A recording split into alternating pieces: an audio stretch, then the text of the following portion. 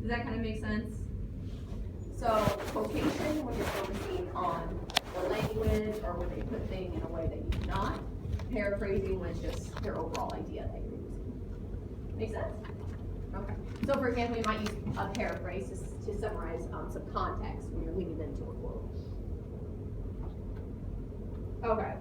We've been through this, but something that I forgot to mention when I saw this is this guy over here. When you're writing more sophisticated essays, like we're doing in this class, it can sound redundant if you keep saying she says, he says, blah blah blah blah blah, right? So what I want us to try to avoid the word says in general, okay?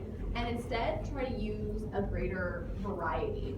For example, so and so asserts, so and so points out, so and so explains. I really want you guys to start kind of expanding your vocabulary in that sense and using these stronger verbs, because strong words are really what can make a paper shine. So try to avoid says, said, that common word.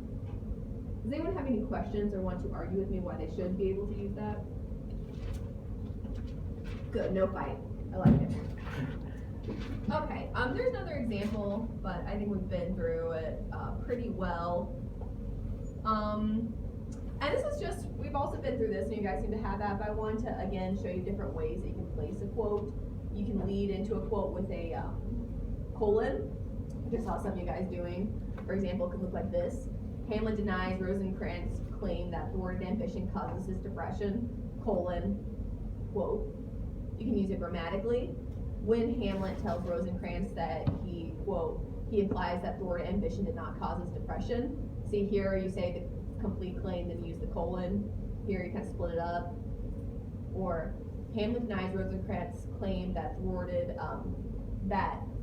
there's incorrect grammar here, that thwarted ambition causes depression. He asserts, quote. So anyway, kind of a checklist for you guys of different ways you can do it. Use as few words as possible. Remember, no more than 4 lines. And yeah, so just a reference sheet that I wanted to briefly go over. This is on Blackboard. Any questions, comments, concerns? Like I said, you guys all did a really good job on your analysis, so just kind of make sure you continue to do that in your paper. What we talked about last week. Be very aware of how you are supporting your argument, and don't just assume that the reader understands why you're using a particular quote or making a particular claim. Explain yourself. Slow yourself down. And this is some stuff that when we do our peer review on Wednesday that you guys can specifically look for, because that's the real meat of the paper. Okay, then we will move on to another quick review. So for a lot of you guys, you're not going to need this, but for some of us, the idea of topic sentences and transitions are still an issue. So I wanted to just make a brief reference sheet. Now, this is here for you, but you guys can also look at Purduell. I mean, there's a lot of resources if you're having trouble. So I created this for topic sentences and transitions. So a topic sentence, as you guys should know, are like thesis statements for your body paragraphs. Essentially, topic sentence explains to the reader what you will be talking about in your body paragraph. It's not going to be something like, I will be talking about now, but it asserts the claim or the idea that you're going to be talking about. An effective topic sentence will explain the main idea or point of the paragraph and how it connects with the with the paper's thesis statement. So this is something else. What I want you guys to do as you begin to work on your second paper, because as I mentioned, it's due on Monday, so you guys have 1 week until your final draft is due. Look back at your first draft and look at all of the, I know, many notes that I did give you guys, and let me know by Wednesday if you're not understanding something.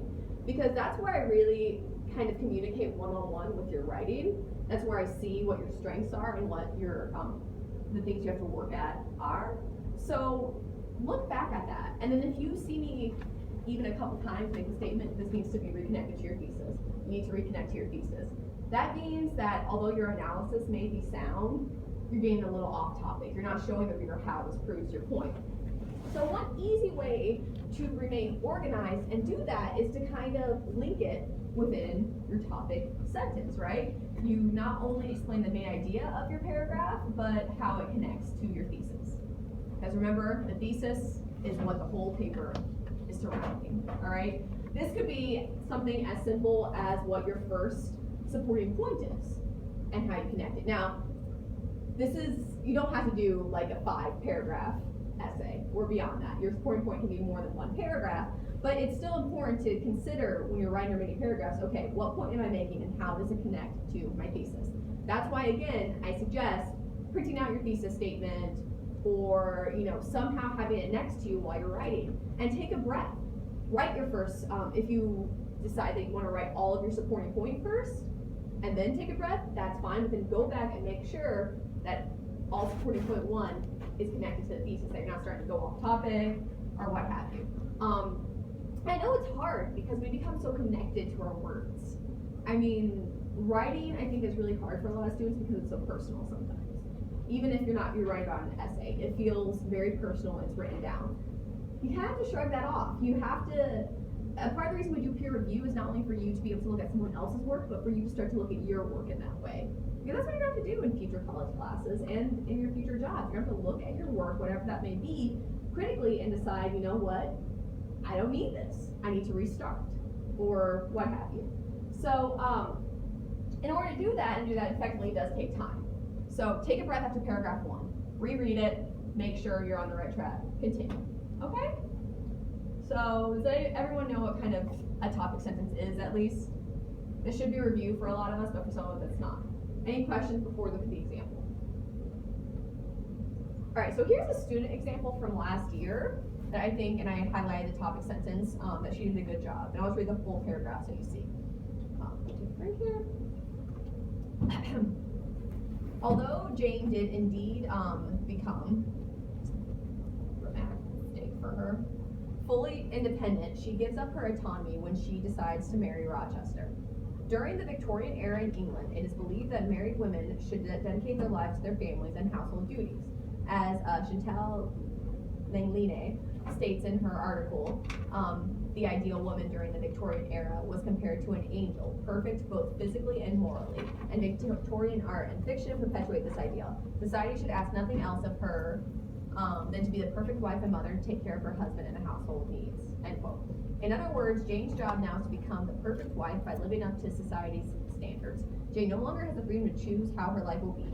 She has the obligation to look after her husband and kids. Aside from them, she has to maintain her home together.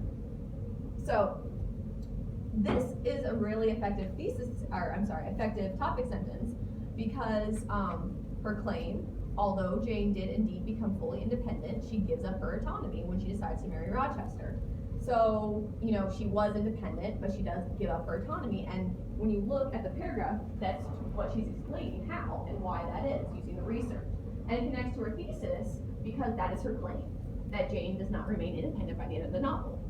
So that's just something, it doesn't have to be like so blatant, right? But just an idea that she was independent and she gives it up when she marries Rochester, which connects to her thesis that she is no longer independent. Okay?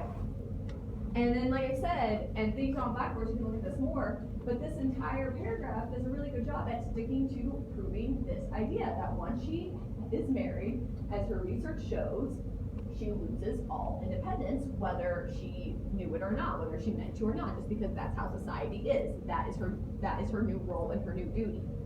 So yeah, I thought that was a good example. Any questions over the example or still confusion over this? Okay. Next would be transition statements, which I think we might have a little bit of a harder time. And I got this actually from her Dual, so I put the link on there in case you guys want to look at their examples.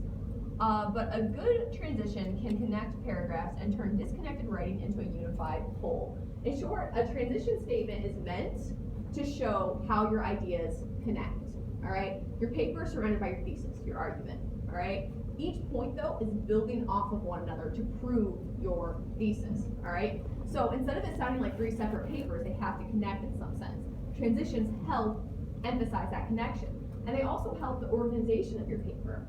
Because sometimes you might, once again, have these really great paragraphs, but if the grammar's off or you don't have a topic sentence, it becomes hard to read. So even if your idea is a good idea and your analysis is sound, if I can't read it and I can't understand it and I get confused about how it supports your thesis, then your paper is lacking organization. So the point of a transition is it can connect paragraphs and make your writing feel like a unified whole.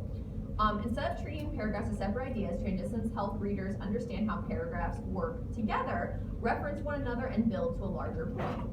Again, your paper is a unified whole. Every idea should connect in some way. They should all be working together to prove your thesis. Your transitions help show that.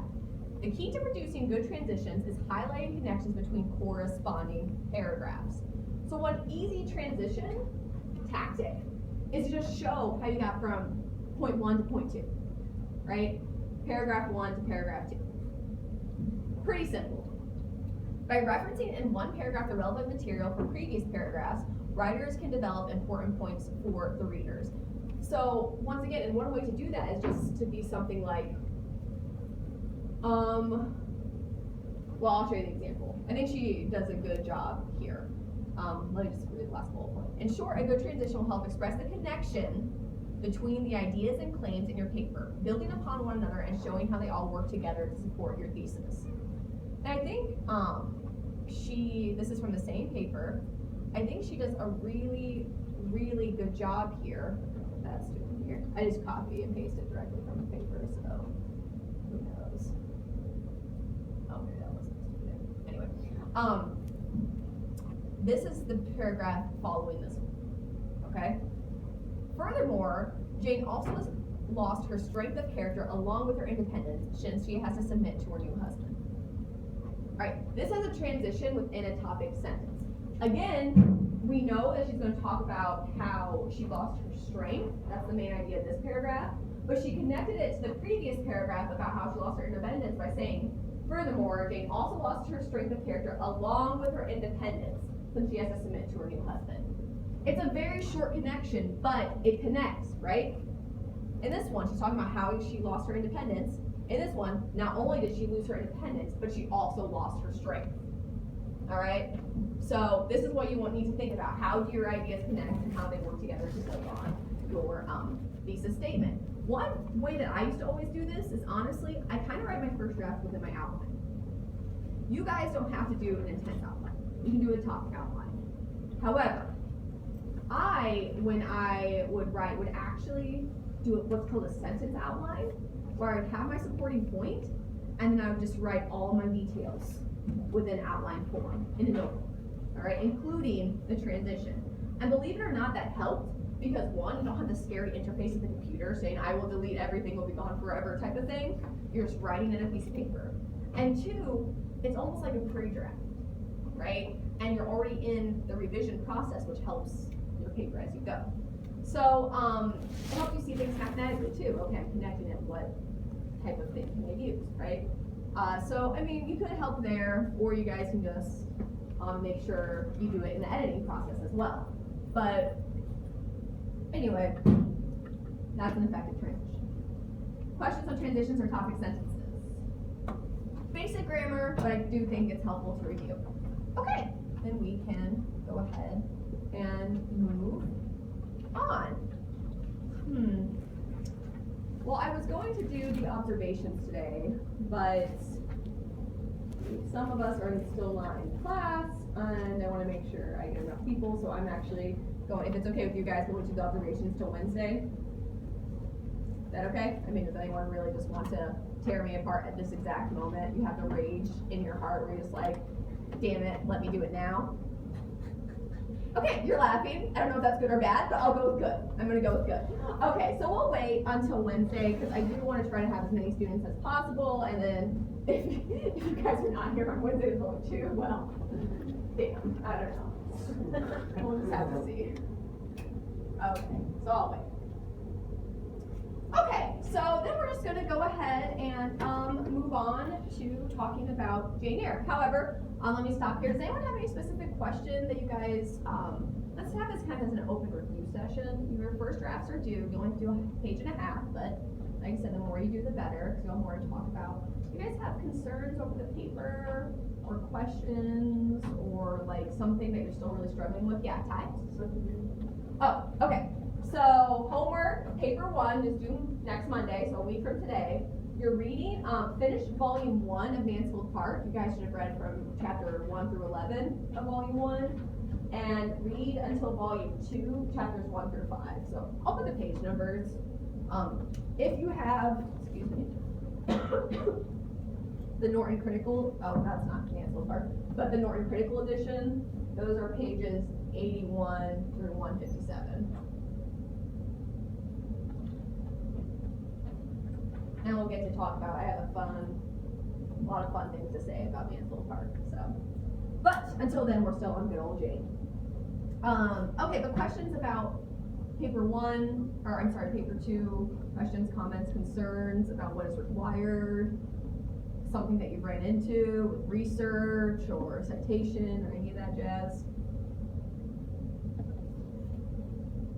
Okay, well, I'll go ahead and leave this open again for Wednesday as you guys go to write your first draft. If there is a particular problem, either we can talk about it individually or we can talk about it as a class.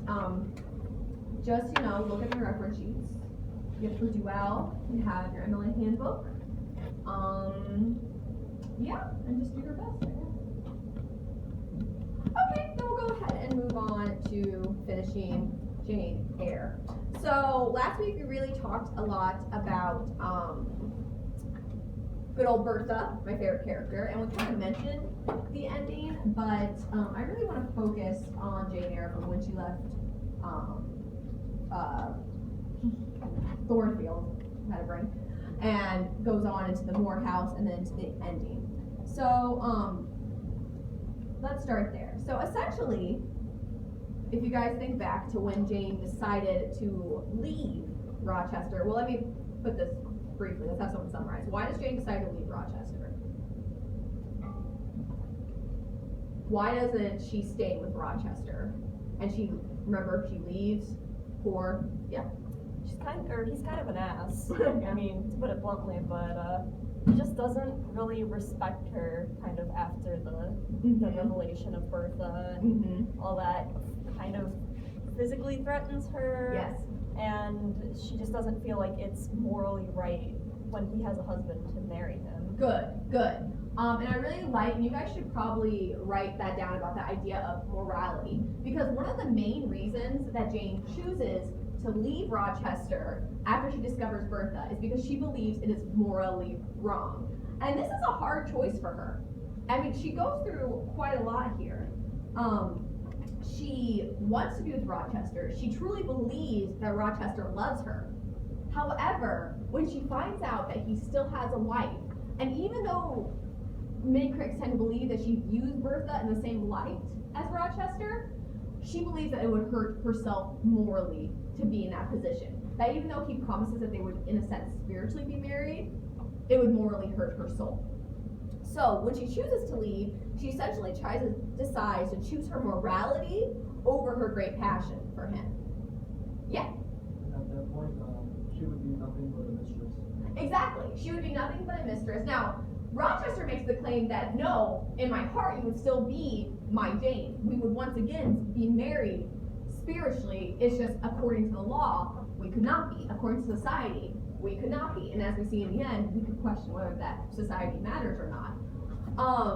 However, for Jane though, it's much more than even just being a mistress in society's eyes. Again, it's damning her soul in a sense. She chooses herself in this moment above Rochester. She chooses in this moment her independence over her love. She chooses autonomy over family. And this is strengthened on page 270 at the last paragraph.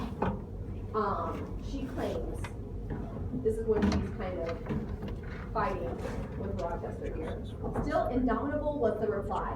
I care for myself. The more solitary, the more friendless, the more unsustained I am, the more I will respect myself. I will keep the law given by God, sanctioned by man. I will hold to the principles received by me when I was sane and not mad as I am now. Laws and principles are not for the times when there is no temptation. They are for such moments as this, when body and soul rise in mutiny against their rigor. Stringent are they, inviolate Inviolate they shall be. If at my individual convenience I might break them, what would be their work? They have a work, so I have always believed. And if I cannot believe it now, it is because I am insane, quite insane. So in this moment, this is on page 270 if you guys are taking notes at the very bottom here. It essentially says it. The more friendless I am, the less love I have around me, the more I know myself. Alright, because I am closer, the more I will respect myself. Because I choose my morals, my beliefs over yours. This is a very powerful moment. Alright? And in some senses, you could argue this would be a great ending for Jane. Right? In that moment she chooses, no, I will not live in this new servitude. I will go out and find my own path. And she does. However, this is when the novel and the idea of independence becomes very, very problematic. Because once Jane leaves Thornfield, we get a view of true female independence. But what is that view? What happens to Jane once she leaves Thornfield? You guys remember, right after Thornfield, what happens? Yeah, Ty. She's like attracted with Elizabeth. Yeah. She got nothing. She has nothing. Because again, the big tension in this novel between wanting independence is that many people who say they have independence always have someone to fall back on. Right? You have your family, you have your friends, or you have money. Jane has none at this point. It makes it even worse because the little she did have, she leaves in the, for lack of a better word, cab that goes off. And she has absolutely nothing. And it's strange because, again, in that moment, she does have true independence. For once, she's not answering to anybody. But it's also the most miserable moment of the novel. And there are some reasons why it is really miserable. Okay, for one, she has no one to fall back on. Okay, so unlike being a beggar, right, she doesn't want to go out and make the money right away. She tries to find work. But when she asks, this is what the lady says, right? What was the chief trade? Oh, this is on 278. What was the chief trade in this place? What did most of the people do? And then the lady answers, some were farm laborers, a good deal worked at Mr. Oliver's needle factory and at the foundry. Mr. Oliver employed women. Nay, it was men's work. And what do women do? I not, was the answer. Some does one thing and some other. Poor folk mun can get on as they can. Alright, so in that town, there's essentially very, very little work for women. Once again, remember, when she walks in, she asks, is there a dressmaker? Yeah, there's like 4. Does anyone need a servant? No, we're not rich enough to need any servants in this town. Alright, okay, well what's the chief work? Well, we work in a factory. Oh, do women employ? Nope, just men. Okay, well what do women do? Well, they figure it out. Alright, but Jane can't figure anything else. There's literally no work for women in this town. And not only is there no work, but since she has no one to vouch for her, no one will take her in, right? And she understands it. When she asks for food, people look at her with disgust. And when she asks if someone needs a maid, they go, no. And she even says to herself, okay, well, why should they help me? They don't know me. They don't know that I'm a good person, right? They don't know that I can be a hard worker. They know nothing about me. All they see is a lonely woman looking for work, and they push her away. And once again, she is eventually reduced to a beggar, someone who has given up all in order to sustain an ideal. So, again, it's very liberating in that moment when she tells Rochester, I choose myself over you. I choose my morality over our love. But the novel kind of just kicks you in the stomach when you see what that choice entails. True independence? Well, let me ask you guys, what is a true independence for women during this time? For a woman like Jane? If you have absolutely, we'll call it true independence because it's absolutely no one to answer to. Because if you have a father, you have someone to answer to. If you have a mother, you have someone to answer to. If you have a lover, you have someone to answer to. But true independence, which is what Jane obtained, what is it? What is true independence for women during this time, as this novel portrays? Yeah. Being able to fully support yourself. It's being able to fully support yourself, which is impossible. At least this is what the novel is saying. It's impossible for a woman like Jane to fully support herself when without any connections, and thus the independence that she dreamed of is an impossibility. And then I'm not alone in this view. This is when we go to some of our critics who have certain things to say about Jane's independence. So I'm pulling back an old essay that I've talked about before.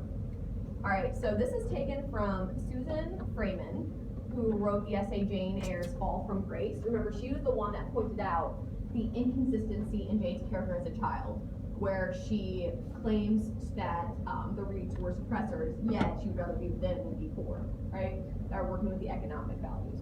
She goes on to analyze the ending, and here's what she says. Whereas Jane was once concerned to distance herself from the poor, in the Morehouse section she becomes one of them in a way that involves sympathetic exploration of their condition and, at least potentially, a bitter critique of class and gender inequities. Wandering the countryside in desperate search of food and work, the heroine has fallen from the pedestal of almost lady, past her old ambiguous post as governess, past even the situation of a servant or a proletarian, to the most feared and degraded place of all, that of a vagabond.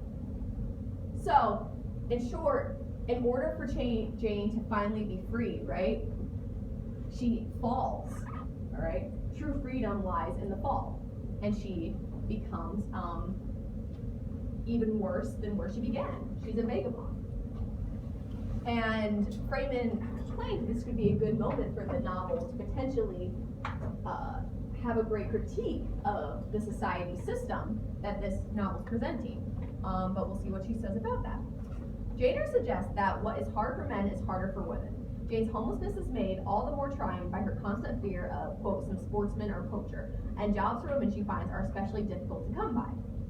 So the quote we just said, how jobs are specifically hard to come by, but also the danger that Jane is in as being a woman, right, who is a vagabond. There is this extra fear, right? During this time especially, women were seen as something that needed to be protected, right? Something weak, something that could be hurt really easily. I mean, even Rochester, when he talks about how he could snap Jane like a twig, right? Her weakness is definitely shown. And what's Freeman saying here, that this weakness is even more, that you can see it even more because she's constantly afraid of some sportsman or poacher. That chance of her victimization, which we saw in Rochester, is even greater when she is by herself. So once again, she wants to be a true independent woman, but these are the things that are kind of bringing her down, right? The fact that there's no work for women, the fact that she has to beg for food, and the fact that she's at risk for violent victimization. And so Freeman says that this is all, again, potential to give a critical look at the time period. However, Freeman argues that this does not happen though, that Bronte kind of dips her toe and then pulls it back. Kind of shows a little bit of this commentary, but doesn't push it as far as it could go. For, yet if the Morehouse chapters offer Jane another chance to challenge stereotypes of the working and non-working poor, in fact this section proves only her ambivalence regarding class issues and her yielding in the end to conservative views. That once she visits Morehouse, once she goes through the idea of being a teacher within the poor school, the school for girls, and she finds out that she's a Rivers and she gains her inheritance and all of this, that Jane becomes ambivalent to the working poor. So even when she was at one point one of them, the moment that she gets money and finds out that she has a family, she once again shrugs them off, kind of ignores them, if you will, and falls back to the conservative views that she learned from the Reeds. And Freeman claims that much of her ambivalence centers on the village school. So even before she gains the money, when you can start to see kind of her aristocratic views in the village school. Here, as schoolmistress, Jane comes close to extending the servant mother diet. She develops a new sense of being defined and valued in positive relation to others, of being buoyed up by love, sustained by family. However, Jane cannot help feeling degraded by her new position. Quote, I doubted I had taken a step which sank instead of raising me in the scale of social existence. Alright, now I'm gonna ask you guys, do you agree with Freeman here? That, remember, I know this was a while ago, but the school scene, right? When Jane was a village school teacher, do you think that she saw this as a position that degraded her? Or do you think that she saw it as a, opportunity? Do you agree with Freeman that she did not treat the position or the students with the respect?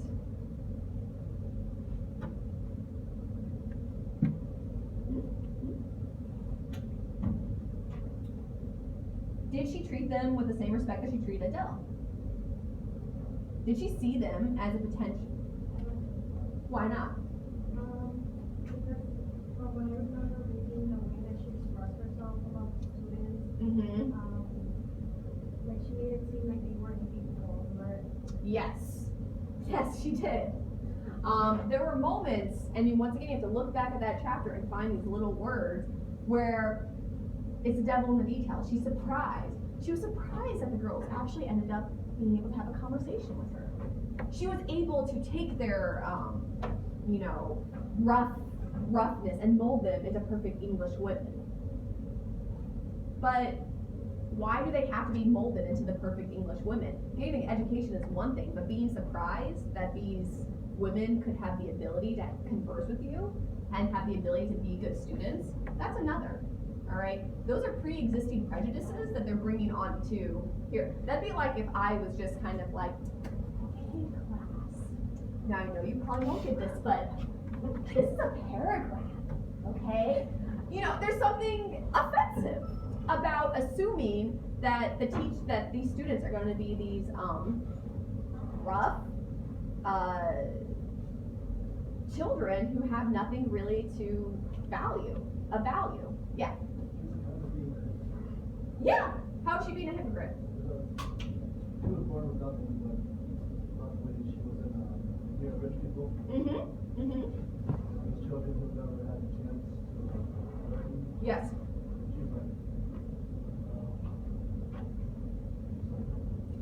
She learned. I think the best word is ambivalent, because I don't think she really understands that she has these prejudices. But it goes back once again to what we talked about when she was a child. Although Jane was seen as an other within the Reed household, she still grew up in the Reed household. All right, she still had this aristocratic education. All right, even more so in Lowood, because in Lowood, Miss Temple was a symbol of aristocratic grace, right? Teaching how women should be. That even though you are poor, you may have some good attributes, but you must be silent, you must be respectful. And I remember what happened to Helen Burns, if you have a messy outfit, right, you will be punished. Again, these are some aristocratic ideals that I would argue Jane never really loses. Even more so is Jane has another moment of independence. She has another way she can go. This is what I want you guys to think about when you think about this part of the book, okay? She rejects marrying Rochester, and she has these several avenues she could go down. One moment of independence was being a vagabond. All right, that didn't work out, okay? But then when she becomes a school teacher, this is another time of independence, all right? Even if it's not an extravagant life, she's living in her own place. She is making her own money, and she is doing honorable work. Yet she is still not satisfied. Why do you guys think she's not satisfied with this work?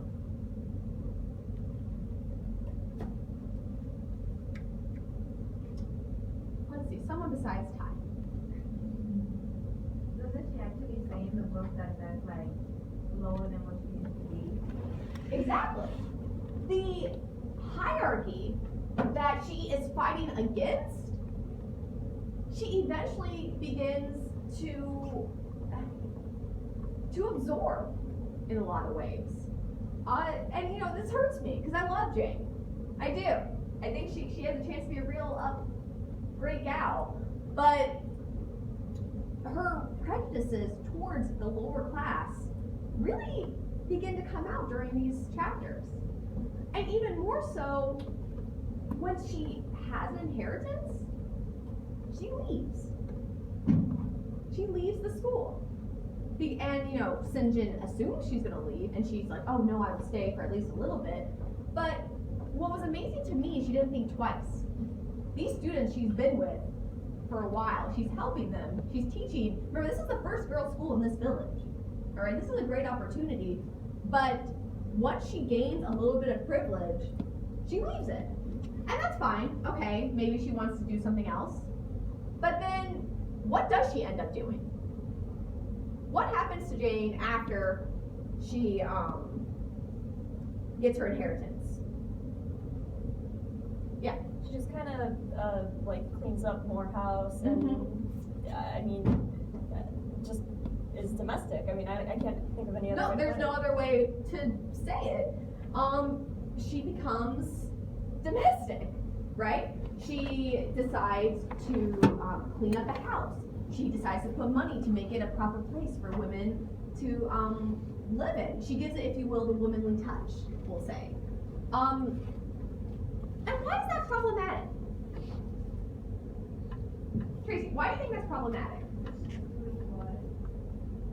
Well, she's doing the whole stereotypical thing that she claims that she's fighting against. Exactly. Once again, if you look back to that infamous page 93, when she gives her big speech, it is vain to say human beings ought to be satisfied with tranquility. They must have action. Yet in the moment that she has action and she does have money, so she has the potential to do something else, she chooses to once again enter into the domestic home that she at first claimed was suffocating her, and to enter that role of domestic mistress. All right. Now, just do you guys think? Because I mean, there's some argument about this. Is this a proper place for Jane? We see why it's problematic, but is this a proper destiny for Jane? What do you think?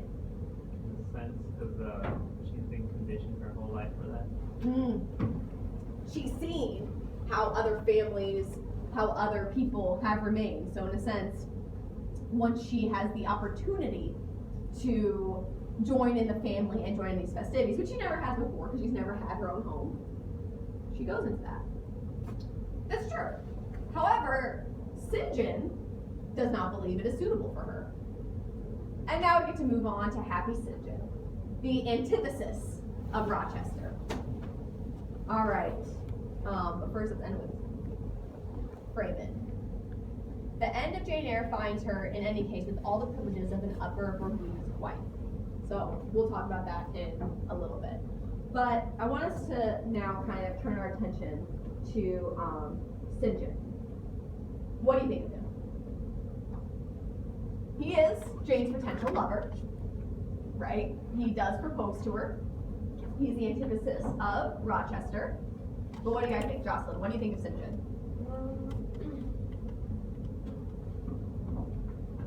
I think he's viewed as like the guy any girl at the time would marry. Oh, really? How so? Well, he did do it the proper way. He asked her Mm-hmm. to marry him. Mm-hmm. He's handsome. That's what everyone says, I guess. And isn't he high in the hierarchy? He has money from inheritance. Okay, so that's a good question. So when it comes to St. John, no. He is, I would say, middle class. So he's not quite as high as Rochester, But he's higher than Jane. but he's definitely higher than Jane. And Rivers is just like Rochester, is a well-known name. So he is established by his name. This is something that can be a bit confusing, especially when we talk about where Jane is by the end of the novel. In the social hierarchy of the time, it's more about your name and your blood than how much money you actually have. Okay? Here, let me get the class chart out. Go ahead and grab that real quick. Excuse me.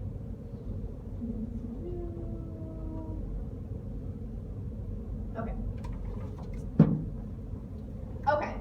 So the idea of the caste system during this time is money does play a role, but really it's about your name, your blood, and your class. And you are born into a certain class. Now during the 19th century, there's some tension with this because it's the rise of the working class. So the upper class, like the aristocrats, especially, like here's Rochester. Rochester's barely upper class. He's almost, some people say he's almost like in between, all right? So the Reeds or were what? The Reeds were upper middle class. Okay. Okay, Rochester is like a country gentleman, barely. Not his is a little ambiguous. I would say he's in between. All right, he's higher than the Reeds, but he's definitely not. Like for example, you guys have started reading Mansfield Park. Sir Thomas is definitely up here. All right, Rochester's more kind of in between. But you're born into it, so your name is important. Okay, so even though the Rivers lost their money in the scheme, they are still within the upper middle class and they are still respected because of the name Rivers. Okay? They just are destitute because they don't have any money. Now, the same thing with the Reeds. When the Reeds begin to lose all their money, they don't lose their position because they're still a Reed. Their lifestyle just becomes harder to accommodate. And this becomes important, again, when we start to get to Mansfield Park, because this issue's played out even more. And the tension, however, during this time comes from when the working class begin to slowly make money and believe that they can end up within the upper class. All right. So as the upper class are losing money, it's because the upper class made money, for example, from the slave trade, which eventually becomes abolished. The middle class is really starting to kind of present itself because they're making money in other means through factory and other innovative stuff. And because they have more money, they think they are with the upper class, but the upper class kind of turn their nose up at them because they don't have the name. So it gets a little confusing in that sense. And we'll talk about that more with Mansfield Park. But in short, Rivers is a respectable name. All right, so, you know, he'd probably be right around here. Maybe because he has a good name, a little bit up, but middle class. Okay. Anyway, so he is, I think what you're saying is he would provide Jane with a good name, and he is very respected in his profession, right? One thing that I hope you guys really noticed about St. John is his power of words. All right, he's very similar to Jane in the sense that he can tell a story. Jane's telling us her story, but St. John, although he is the antithesis of Rochester, the fact that he's ice, where Rochester is considered fire, he's stone, where Rochester is very movable and very energetic. All right, he's very cold, again, where Rochester kind of proclaims his love and is very emotional about it. However, when it comes to his sermons, and when he decides to, he can bring out this fire within him. All right, he is very appealing, so much so that the richest woman in the town would want to marry him, and because he has a respectable name, the father's okay with it. So there is something attractive about St. John. But what do you guys, think of it? Would you have been happier if she was with St. John over Rochester? Why not, Cheryl? Well, the fact is they're cousins. Doesn't matter during the time, but to me it's weird. But anyway, I know during the time I got to push through this. It's okay. She doesn't really love him. Like she herself says that he probably doesn't love her, and she definitely doesn't love him. At least in the same way that she loved Rochester. Yes. Yes. Like she can't actually see herself being married to him. So you're saying that there's something just kind of like something that bothers you about him really trying to push it as much as he does. Yeah. So you kind of have a bit of a dislike for St. John because of that. Okay, good. Let's do one more. What do you guys think of St. John? Marcos, what do you think of St. John?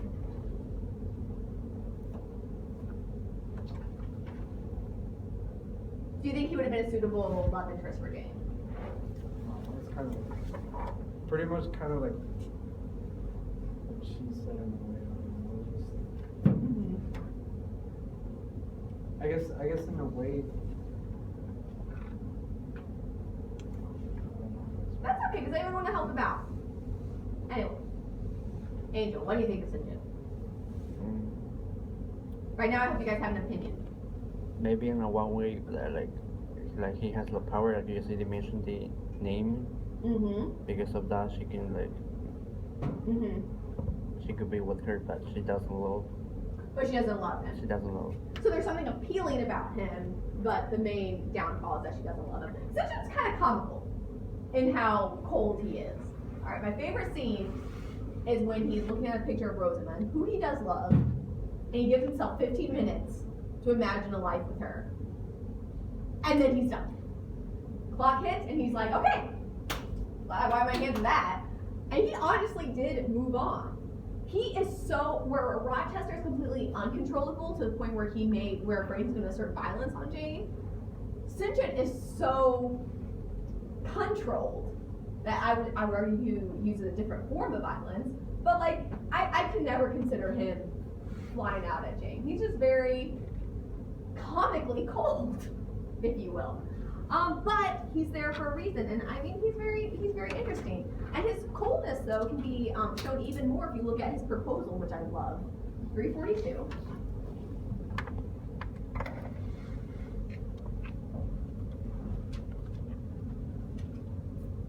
Alright, let's see if I can find it. I mean, it's a long proposal. So it's around, it's pretty much 342 to 349 is when he does this big proposal.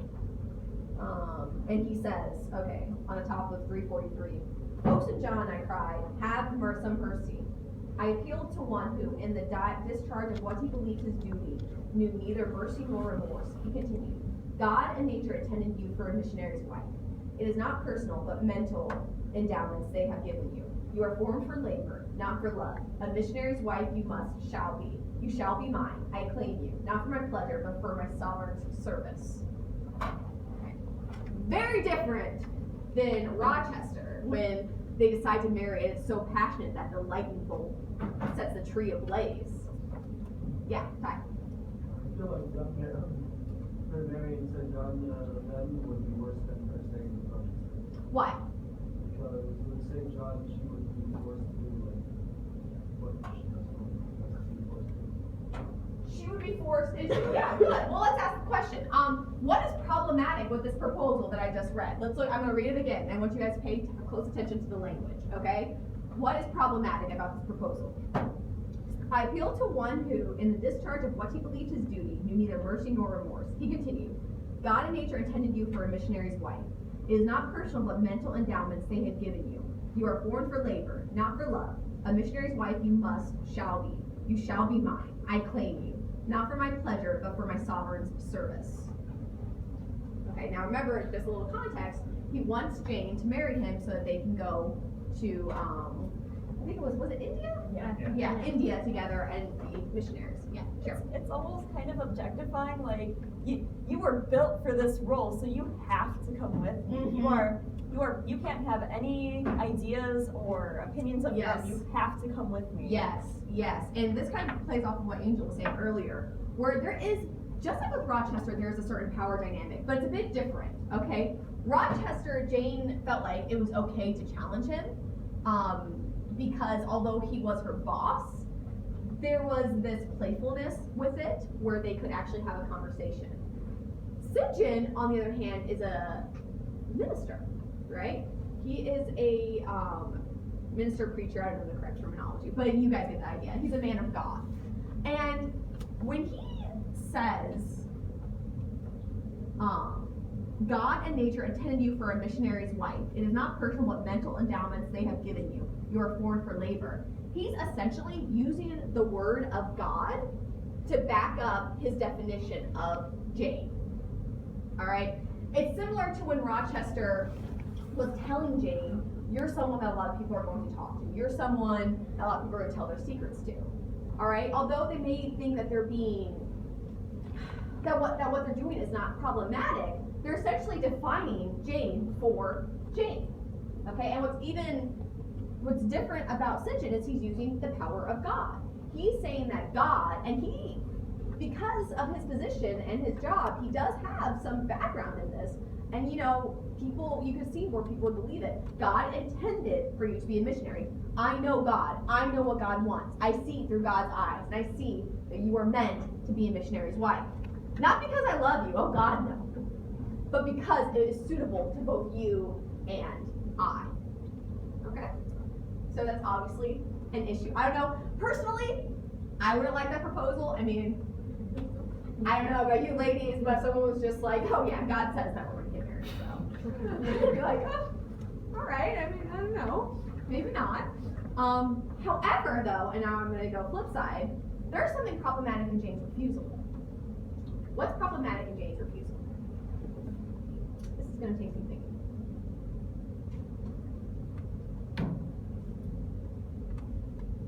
Think about what Jane has been wanting, right? Think back to the famous scene where she says, "It is vain to say human beings ought to be satisfied with tranquility. They must have action." What is problematic? Because with the proposal, yes, you're getting a marriage to Sinjin, but what else are you getting? What else is he promising her? A mission, right? He is promising to, for once, to take her out of England and to travel with him, and to have a duty because she is religious. She is a Christian. So the life of a missionary is an adventurous one. It's one where you will see different cultures. You will interact with different people, and supposedly you will be doing God's work. Thoughts on this? So isn't that what Jane wants? Kind of like freedom? A little bit. It's freedom with a price, if you will. And this is why the proposal is so interesting. Because she says, I will go to India with you. I will be your partner. But once again, this shows you the issue and how society is kind of keep putting limits around Jane. Because as he said, it is impossible for you though to come as my companion. If you are to come and you are to have this great adventure, and she even says, you know what, I could live this life. I could do this. He's right. However, I have to be his wife. And that's one thing that she believes that she cannot do. For a couple of reasons. One, that she does not love him and he does not love her. But two, that she thinks she could love him. That at some point, he is a viable option. That she could fall for him because of his great attributes. Yet he would never love her. And she believes that that would, I think she essentially says a little bit later, see if I can find the quote. Well, first she says, I am ready to go to India if I may go free, which is on 345.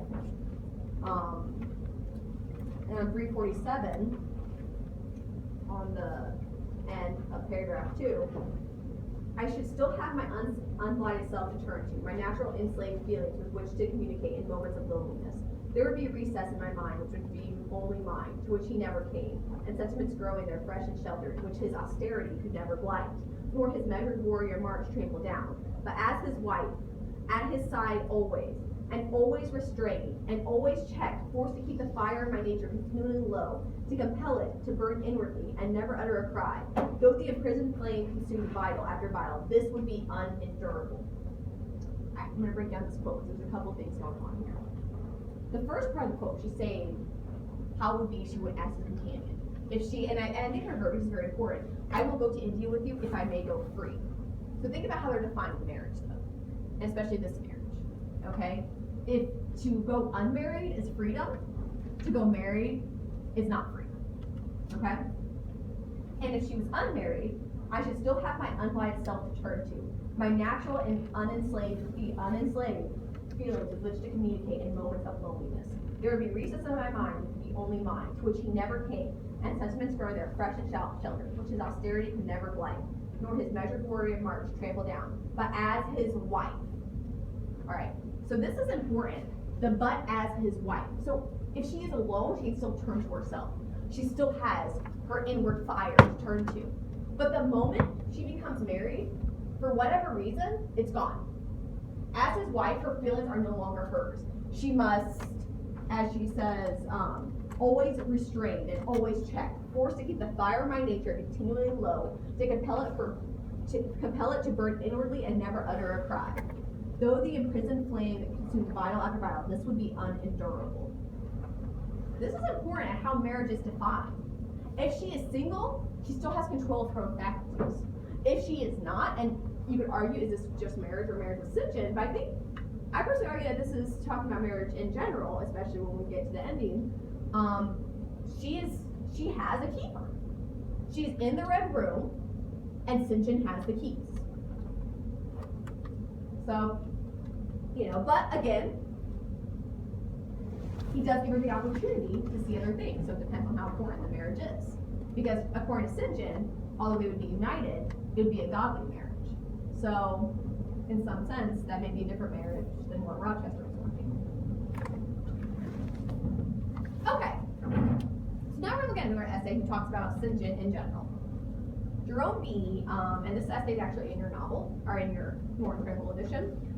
He wants to support St. John in some sense. Because it is very easy for us to see St. John as a villain for a very good reason.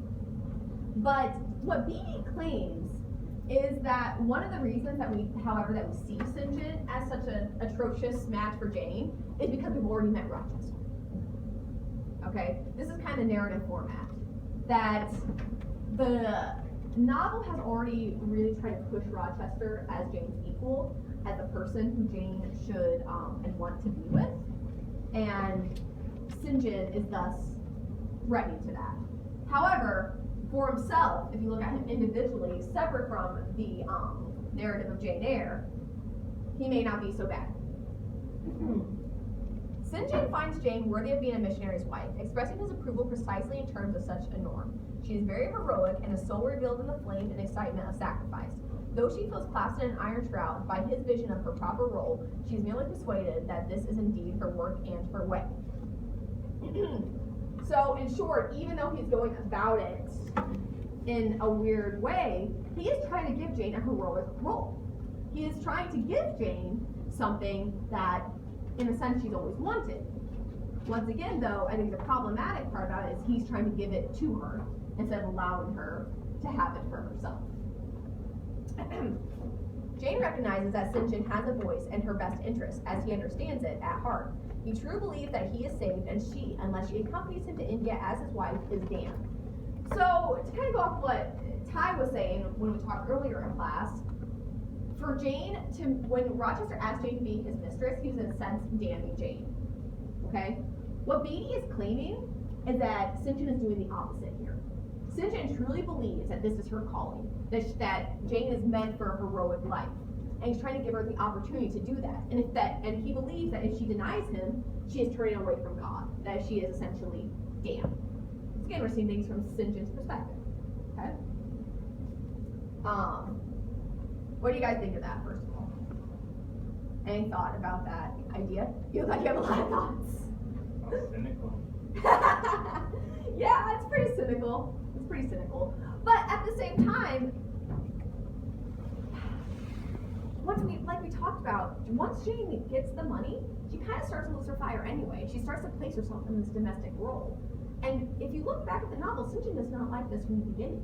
He says, you just got your money, so do your thing, but what is this? You know what I mean? Because he kind of sees in her the fire that she's always proclaimed to have. That she has the ability to be something greater than just a domestic wife. Again, the constraints he's placing on her is problematic. But St. John truly believes that he is trying to give her what she wants. Not only what she wants, but what she is destined to have. However, there's always a once again, he is defining it for her. So let's keep going. How close she comes and how suspenseful a decision is for the reader can only be realized by imaginatively entertaining at least the possibility that St. John's cause is just. I think this is one of the most interesting quotes from the essay. Because St. John, to understand the danger that Jane is in, to really understand that she may not go back to Rochester, means that we kind of have to at least think that St. John's way may be the right way. All right? That St. John's way to take her to India and to have her be a missionary may be just. That she may be meant for more than just a domestic life. All right? That we have to, as a reader, somewhat entertain that possibility. However, this is not what happens, right? Now I want to mention, though, Jane does almost fall for it. On 355 to 358, she almost falls for St. John. She does entertain the possibility.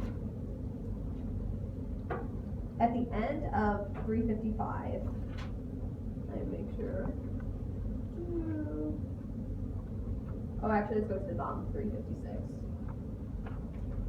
This is after, remember, St. John gives us a powerful speech of destiny at the table. He's leading in prayer. And like I said earlier, St. John's great power is when he is preaching.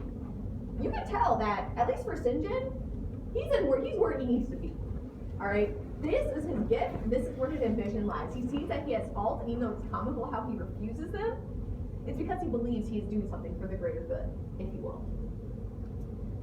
And he's trying to get Jane to join him in this. And Jane almost falls for it. I stood motionless under my hierophant's touch. My refusals were forgotten, my fears overcome, my wrestling paralyzed. The impossible, i.e. my marriage with St. John, was fast becoming the possible. All was changing utterly with a sudden sweep. Religion called, angels beckoned. God commanded life rolled together like a scroll. Death's gates opening, and eternity beyond. It seemed that for safety and bliss there, all here might be sacrificed in a second. The dim room was full of visions. He said, could you decide now? But then, what happens? You guys remember what stops her from deciding? She almost does. Yeah. She hears Rochester's voice. Yeah. One of the weirdest parts of the novel. I'm not. Yeah. A little bit later. What have you heard? What do you see? Asked St. John. I saw nothing, but I heard a voice somewhere crying, Jane, Jane, Jane, nothing more. And then we find out it's Rochester. It was just so corny, makes me want to vomit. But whatever. That's my own opinion. I'm a cynical child of the 21st century, so, you know. This is the 19th century. Now, I do want to ask you guys, though, what do you think of this? It's divine intervention. What do you think of this divine intervention? I mean, besides my opinion that it makes me want to vomit, but why do you think they did this? Why did they use this method to get her back to Rochester? It might be hard to think critically after my comments, but yeah. She was like really on it. Exactly. How else would she pull forth?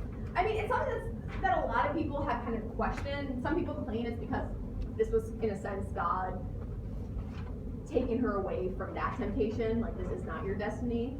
Another way to look at it could also be, I would say that perhaps it signals the call of destiny, or perhaps it shows or signals to the reader that a happy ending is pure fantasy. That what Jane wants is pure fantasy. That she must choose either St. John, a life of adventure without love, or Rochester, a life of love, but also a life of domesticity. Alright? So, when Jane chooses Rochester, she believes that she chooses both. And she believes that this divine intervention is kind of leading her this way. It's her call. It's her saving grace. But the fact that it's so abnormal, it makes you wonder why they use this abnormal touch. Could it be because, in the end, Jane would have to submit to one or the other, right? In this sense, she chooses to go to Rochester and chooses to ignore St. John, but she almost didn't. If she did not hear that voice, if she did not hear that divine intervention, would she have just submitted to St. John? So I don't know. A lot of critics don't know what to do with that. I don't really know what to do with it either. Maybe you guys do. Yeah. It kind of reminds me of like my writer friends and how they just kind of want to put like the weirdest things in the story just so they can move the plot on. Yeah, So exactly. maybe she just got lazy and felt like writing that in. I mean, don't put that in your paper. But I mean, yeah, like, I think I'm gonna critically spin that a bit. I think a really good way to look at that, though, is that she is so far away from Rochester at this point. It's almost impossible for them to reconnect. I mean, she is very, very far. So I think it just kind of emphasizes Jane cannot have both. She cannot have adventure and she cannot have love. She can't have them both. She has to choose. And when she chooses to go for Rochester, she's made her choice. She chooses love, which is so romantic. But as we're going to look at, we're going to see if it's really the best choice for Jane. That providence leads Jane, when she asks for guidance, back to Rochester, away from St. John. Does not mean that St. John's way is wrong or anti-life, as modern readers would have it, but only that his way is not Jane's way. His path to salvation lies through self-denial. Jane's way to salvation lies through everyday domestic life. This is essentially what Beebe is saying. She's making a choice, which is very powerful here, and that could be evidence for those of you who want to argue for a happy ending. But she does choose between one or the other. Okay, so let's now talk about the ending of Jane Eyre. Something I've been wanting to discuss since we began.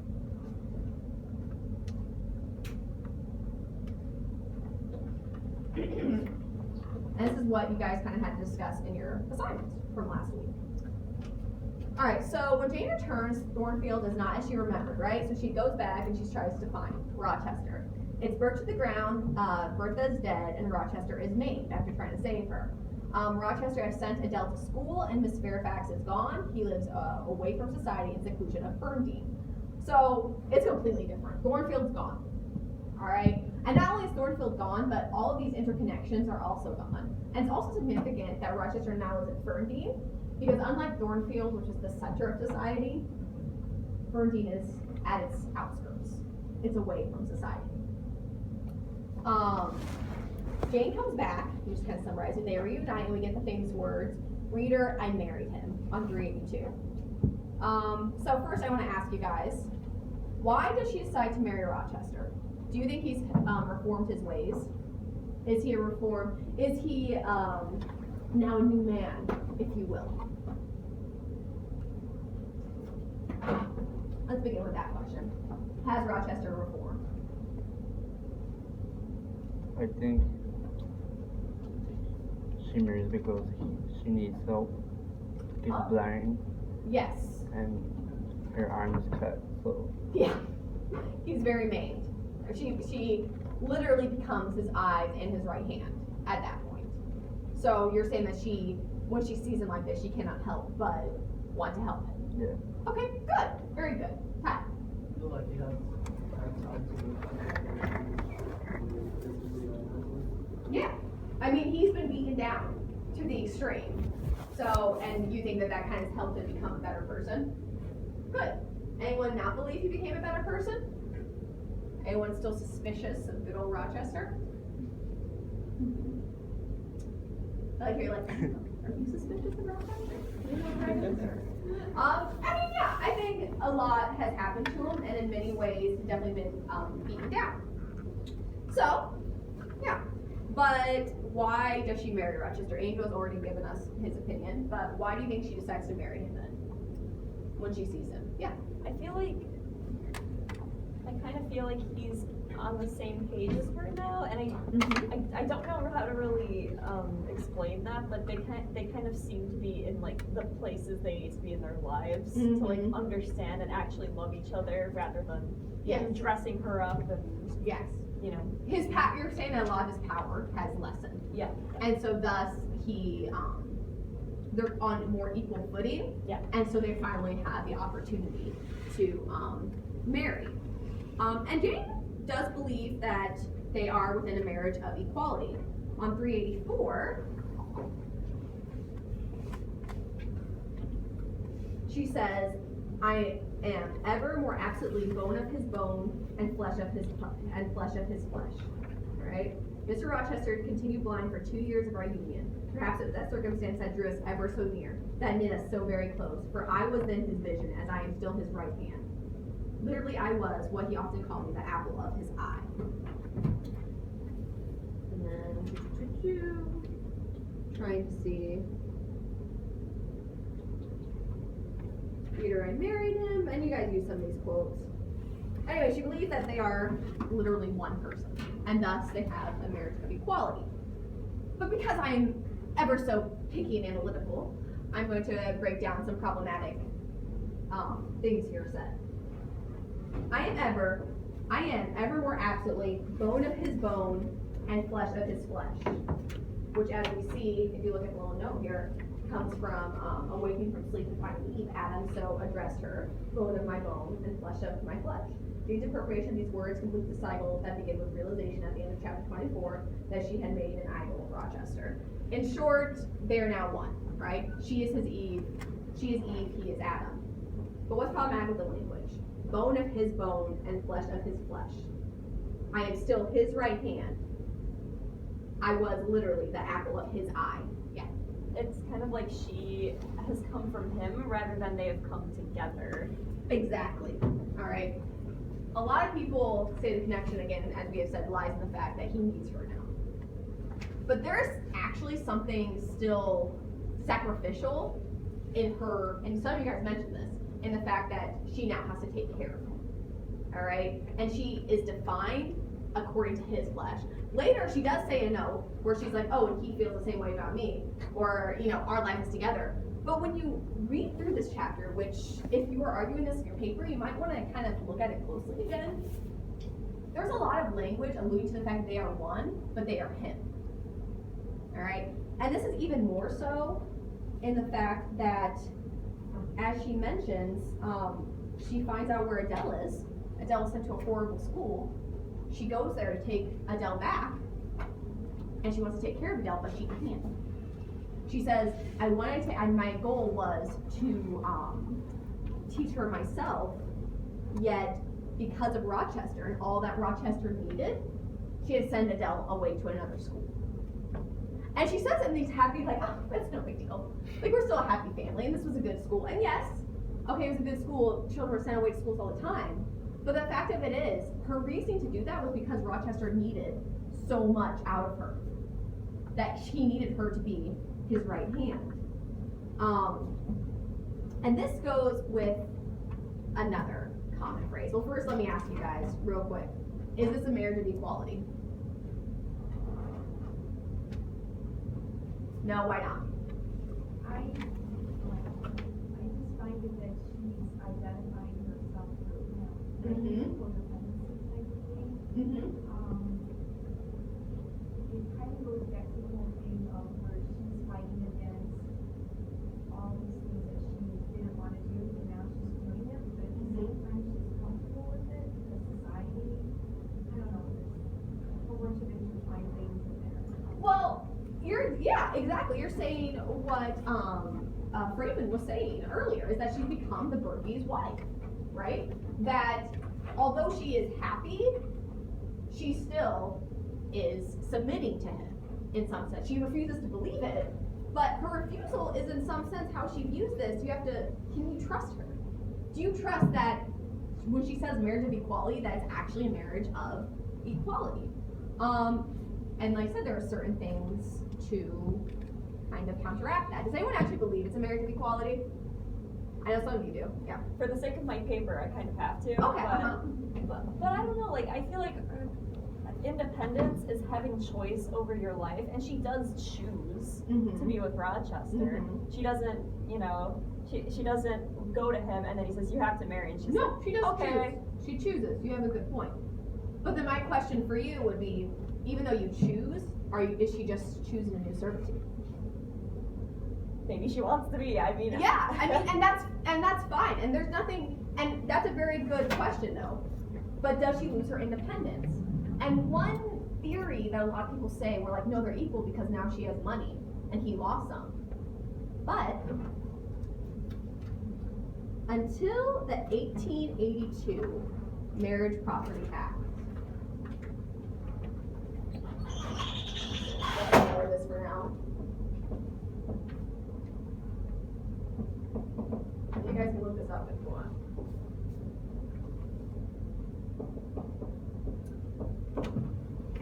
A woman's property, everything she owned independently, becomes her husband's the moment she marries. Until this act, 1882. This changed it. This gave a woman a position. But according to the law and according to society, when a woman married, everything she is, her name, her money, her estate, are now his. She is now Mrs. Rochester. She is no longer Jane Eyre. All right. In essence, when I looked at some of the language in there, the reason they fought so much for this was because she no longer exists. She is literally only his flesh, only his arm. She has nothing anymore. She is his rib. All right. And this book was written in 1864, I believe. So this was before that time. So you have the first page here. 1847, even more. All right. So this is what becomes problematic with that view. Oh, she gained money, he lost money. And once again, I agree, she did choose. This is why it's kind of like what message is being sent. But in the end, he's still Rochester and she's still Mrs. Rochester. Now, again, other critics have said, well, even though that's how it is in society, because they live in Ferndean, they're away from society.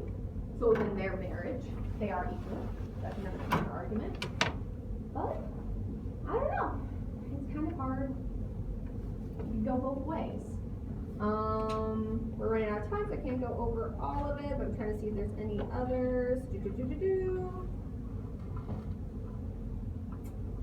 Well, and also, another way to look at the ending is that Jane has gained a marriage of equality with Rochester, but what complicates this happy ending is that their isolated location emphasizes the idea that a marriage like theirs can only exist separate from society, only when all aspects of society are shed and burned to the ground, that their love and equality cannot exist in the world that Bronte has shown us. So another view, again, is that if you believe they're equal, in fact they live in Ferndean, and that everything literally had to be burned to the ground, that the wife had to have her brain smashed out, emphasize the fact that even if they are equal, it can't exist in this society. That in the end, each needed divine intervention to end up with the marriage that she wanted, that she would choose, that she could only choose when intervention came in to give her that choice. They also mentioned in the book that human African Americans was punishment from being It's all divine, right? No, good. It's all otherworldly. So, but in real life, in this society, would have ended up the same way. Very good. All right, that's Jane Eyre. Your first drafts are due. We're gonna do the mandatory peer review. We'll have to do the evaluations. So please come on time so we don't push that back. And yeah, let me know if you guys have any questions. Stay home safe. I don't know if it's still snowing. It was supposed to snow pretty hard for the last 2 days, so be careful. Make sure you have a cell phone.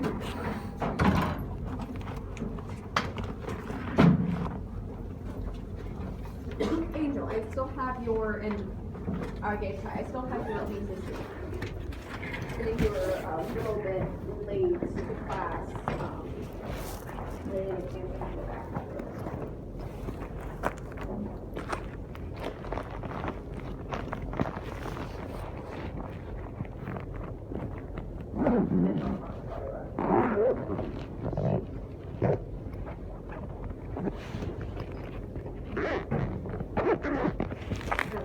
Here you go. There is your analysis assignment and your thesis.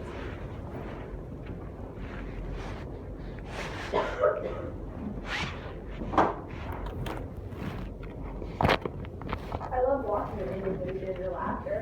Amazing. Yeah. Me too. Yeah.